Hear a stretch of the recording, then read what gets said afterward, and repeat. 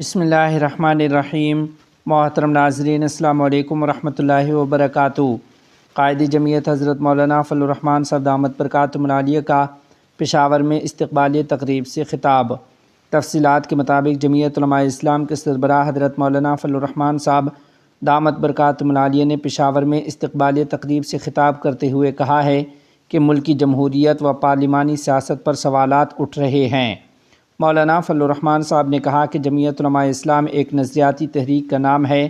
ہمیں حالات کی روش کے ساتھ ساتھ چلنا پڑتا ہے، لیکن اس کے باوجود اپنے اسلاف کے عقائد و نظریے پر کبھی سمجھوتہ نہیں کیا۔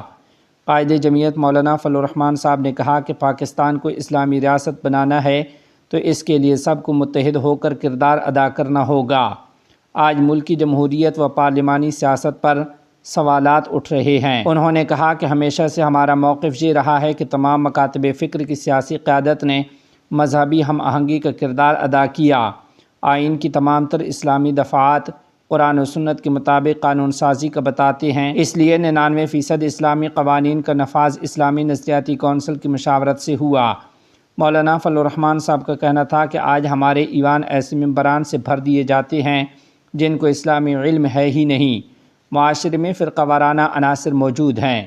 ہاں، ہماری سوسائٹی میں فرقہ وارانہ عناصر موجود ہیں، اس حقیقت کا انکار نہیں کیا جا سکتا۔ اور وہ فرقہ وارانہ عناصر جب آپس میں لڑتے ہیں، ایک دوسرے کے خلاف اشتعال پیدا کرتے ہیں، تب پیدا کرتے ہیں جب ہماری ریاست کو اور ریاست کی کسی حکومت کو اس کی ضرورت ہوتی ہے۔ فرقوں کو ریاستی ادارے لڑاتے ہیں، فرقوں کو حکومتیں لڑاتی ہیں، ان کے درمیان اشتعال کے پیچھے ان کی باقاعدہ منصوبہ بندی کار فرما ہوتی ہے، تو فرقوں کو لڑاتے آپ ہیں اور پھر فساد کا الزام آپس میں مخالف فکر لاتے ہیں۔ انہوں نے ایک واقعہ یاد دلاتے ہوئے کہا کہ ایک سفیر نے کرم واقعات کا ذکر کیا تو میں نے اس پر جواب دیا کہ کرم میں یہ لڑائی 20-22 سال پرانی ہے۔ پرسوں میرے پاس ایک قابل احترام سفیر صاحب تشریف لائے تھے، بہت سی باتوں میں انہوں نے کرم ایجنسی کا ذکر کیا، وہاں کے فسادات کی طرف اشارہ کیا، تو میں نے کہا کہ اب آپ یہ سوال کرنا چاہیں گے کہ یہ شیعہ سنی فساد ہے؟ یہ تو 20-22 سال سے زیادہ عرصہ ہو گیا، قبائل لڑ رہے ہیں۔ پشاور میں تقریب سے خطاب کرتے ہوئے مولانا فضل الرحمان صاحب نے کہا کہ جھگڑا کرم میں ہے لیکن اس کی آگ کراچی تک پہنچ چکی ہے۔ ہمیں سب معلوم ہے کہ کرم مسئلہ کیسے حل ہوگا۔ معاشرے کو غلط فہمی کا شکار نہیں کرنا چاہیے۔ لیکن اگر یہ شیعہ سنی فساد ہے تو میں نے کہا کرم ایجنسی سے تھوڑا سا نیچے آئیں تو ہنگو آتا ہے، یہ علاقہ میں شیعہ سنی کا علاقہ ہے، اس سے تھوڑا آگے آئیں تو خالصتاً شیعہ آبادی آتی ہے، ان کے بالکل بیچ میں سے سڑک گزرتی ہے، کوہاٹ کی طرف آتی ہے، پھر کوہاٹ آ جائیں تو وہاں پر بھی شیعہ سنی معاملہ ہے، ماضی میں فسادات بھی ہوئے ہیں۔ یہ کیا وجہ ہے کہ کرم میں جھگڑا شیعہ سنی کا ہے، آگ جل رہی ہے اور اس کی گرمی نہ ہنگو تک پہنچتی ہے، نہ کوہاٹ تک پہنچتی ہے اور کراچی تک پہنچ جاتی ہے؟ کیا وجہ ہے کہ اس کی گرمی ہنگو اور کوہاٹ تک نہیں پہنچتی اور لکھنؤ تک پہنچ جاتی ہے؟ کیا وجہ ہے کہ اس کی گرمی نہ کوہاٹ تک پہنچتی ہے، نہ ڈیرہ اسماعیل خان تک پہنچتی ہے، نہ پشاور تک پہنچتی ہے اور تہران تک پہنچ جاتی ہے؟ تو ہم مقامی لوگ ہیں، ہمیں پتا ہے کہ اس مسئلے کی بنیاد کیا ہے اور اس مسئلے کے حل کے راستے کیا ہو سکتے ہیں۔ مولانا فضل الرحمان صاحب نے مزید کہا کہ ہمیشہ سے ہمارا موقف یہ رہا ہے کہ تمام مکاتب فکر کی سیاسی قیادت نے مذہبی ہم آہنگی کا کردار ادا کیا۔ مائنارٹی میڈیا فاؤنڈیشن نے ملک کے صوبہ اثر مسلمانوں کی فہرست جاری کی۔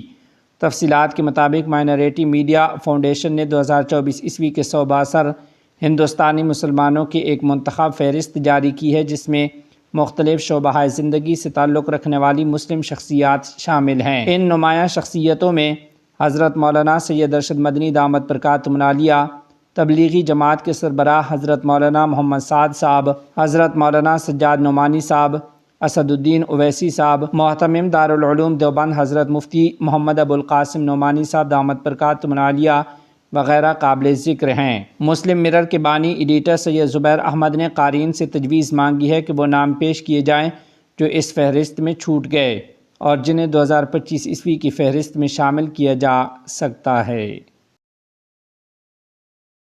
وزارت داخلہ کی نئے ایرانی سفیر سے ملاقات۔ تفصیلات کے مطابق آج کابل میں وزیر داخلہ افغانستان خلیفہ سراج الدین حقانی نے کابل میں ایران کے نئے سفیر علی رضا سے ملاقات کی ہے۔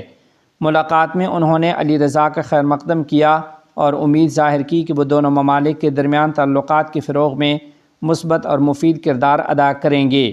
ایرانی سفیر نے کہا کہ قدرتی طور پر ہمارے درمیان قریبی تعلقات ہیں اور یہی مشترکات دونوں ممالک کی مضبوطی کا سبب ہیں۔ افغانستان اور چین کا دو طرفہ تعلقات کو مزید فروغ دینے پر زور۔